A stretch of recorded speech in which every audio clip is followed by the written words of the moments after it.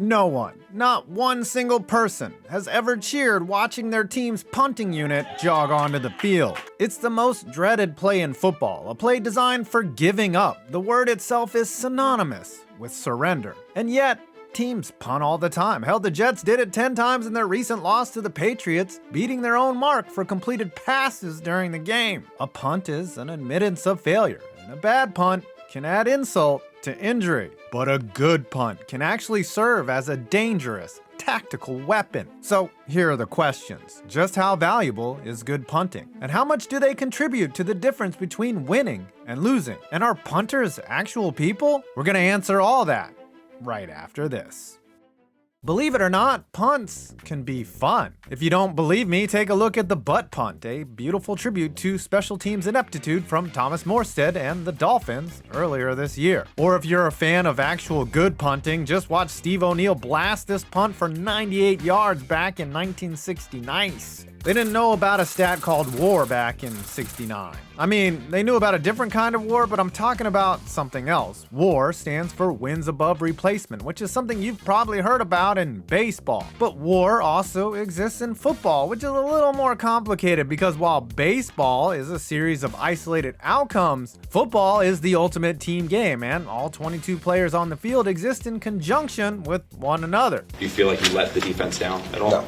Except Justin Fields, he's out there on his own. It's hard to single out one player and figure out his contribution to his team without factoring in all the other chess pieces. Fortunately, punters, like their kicker brethren, are on a symbolic island, or as much as you can be in football. In order to approximate the value of a good punter, we've got to isolate the act of punting, and the easiest way to do that is to use EPA, expected points added. EPA is a concept that was invented back in 1970, but is still slowly being introduced to the football lexicon, and if you understand it, you're probably a nerd. Nerd! Let me try to break it down for you real quick. In football, every scenario has a certain value of expected points added based on the down and the distance from the opponent's end zone. It's pretty simple to figure out. If a 20-yard pass takes an offense from 1st and 10 at their 20 to 1st and 10 at their 40, you take the difference between those expected point values. And in this case, it's a net positive of 1.36 EPA. Conversely, an interception would carry a significantly negative EPA for that offense. That's all pretty intuitive, but what about punting? It's why you came here.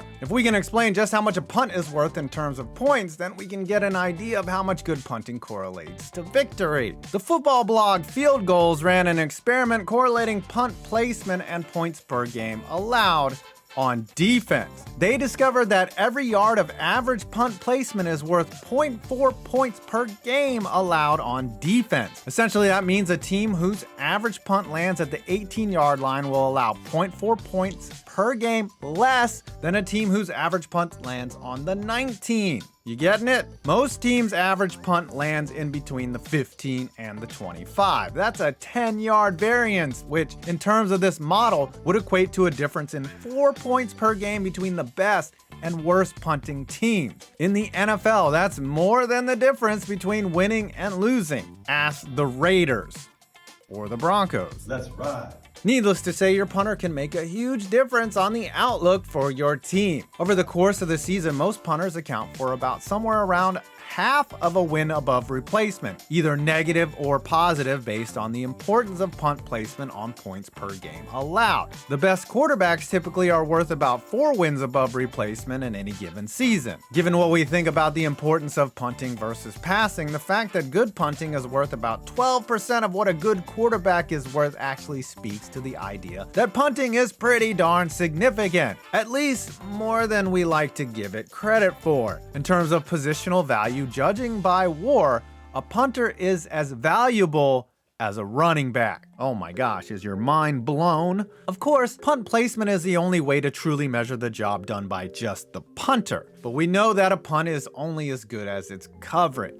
The Jets do. And punting as a whole can be best measured through net yards. Alright, placement's one thing, so let's run an experiment. Out of the last 10 Super Bowl champions, how do their punting units stack up with the rest of the 2016 New England Patriots were 7th in net punting, and the Ravens were 8th. But most teams land somewhere in the middle. But there's only one team that won the Super Bowl in spite of pretty darn bad punting. The 2019 Chiefs were a bottom 10 unit with Dustin Colquitt at the leg helm, and in the playoffs they won despite being dead last in net yards, skewed significantly by a blocked punt in their win over the Texans. The website Puntalytics also had Dustin Colquitt as the 5th worst punter in the NFL in terms of EPA per punt, so it's not surprising that the Chiefs moved on from their longtime vet after their championship season, despite him earning the hardware. But ironically, punting never really cost them until the next year, when Tommy Townsend started shanking balls in Super Bowl 55 like his foot was a prison shiv. It's a hard way to stab someone. Fortunately for the 2019 Chiefs, they were able to survive the bad punting for one reason. They didn't do it very often. The Chiefs punted just 48 times that season, only 3 times per game. Amazingly, that wasn't because the Chiefs avoided punting by being especially aggressive on 4th down. In fact, the Chiefs only went for it on 4th down 8 times that year, 6th least in the league. What saved the Chiefs was the fact that they converted about 48% of their 3rd downs, 3rd best in the NFL.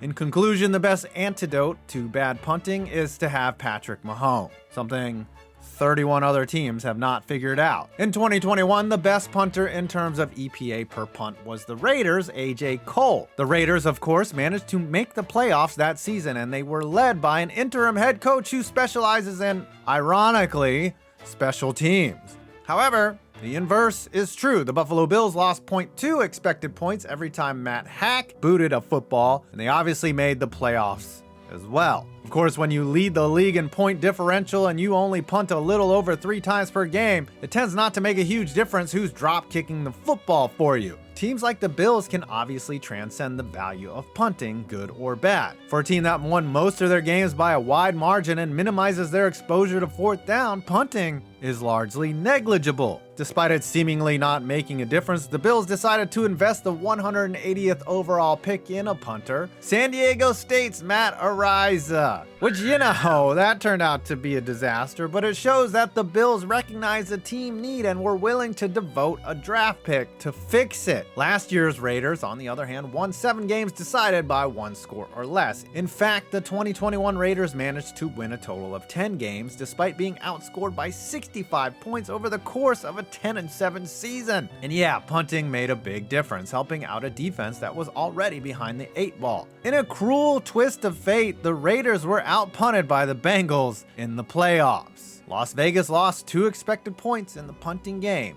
and they ended up losing that playoff game. There was also a bullshit touchdown. So what does all this mean? At the end of the day, good punting doesn't mean wins, and bad punting doesn't mean losses. It won't save a bad team, but it won't sink a good one. It's one ingredient when you're building a football team, but it's not negligible. If you field an elite punting unit, you can expect to save 1 or 2 points per game, with the reverse being just as true. In a league where margins are slim, punting can make the difference. I wish I had a more definitive answer, but I guess I'll just kick this subject down the road until I have more data or some better metric. Yeah, I'm a smartass. Until next time. It's a little bit of miscommunication. You put that into a pot, sprinkle a little what the hell on top, and what do you got? Worst play in NFL history. And I was part of it.